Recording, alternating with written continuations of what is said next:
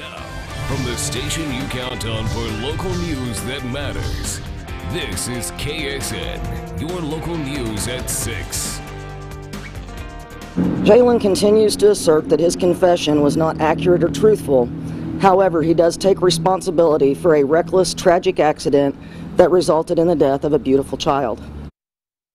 A very emotional day in Joplin in a courtroom as Jalen Vaden pleads guilty in the death of a Carl Junction 3-year-old. Good evening, I'm Austin Heislip. And I'm Jessica Shear. After months of what prosecutors say was a complicated case to handle because of misinformation shared on social media, some closure can finally come to the families. 23-year-old Jalen Vaden pled guilty to one charge of abuse of a child resulting in a death. He now faces a 22-year prison sentence. Tonight, for the first time, we're hearing Vaden take full responsibility for the tragedy.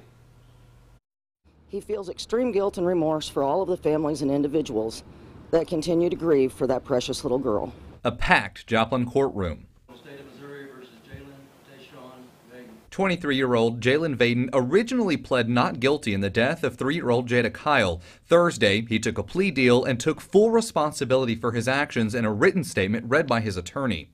Jalen had no intent to hurt or to injure Jada, and unfortunately that does not change the outcome. Reports say back on November 29th of 2017, police responded to a home in Carl Junction and found Kyle unresponsive. Vaden describes becoming angry with Kyle and throwing her first to the ground, then on her bed, and then again to the ground. Kinney adds the detail that he gave in his confession to detectives matched all physical evidence found at the crime scene. Kyle later died on December 1st as a result of those injuries. Jalen hopes that taking responsibility will allow the families and the community to move forward toward healing. Over the last few months, the case has gotten attention on social media, dividing communities. The tragic case, the investigation of which was complicated by a lot of misinformation that was shared on social media. Unfortunately, this case resulted in a number of hurtful and inaccurate facts being shared. We hope that this resolution will end the speculation and gossip that has hurt so many. Both parties are hopeful today's plea means closure.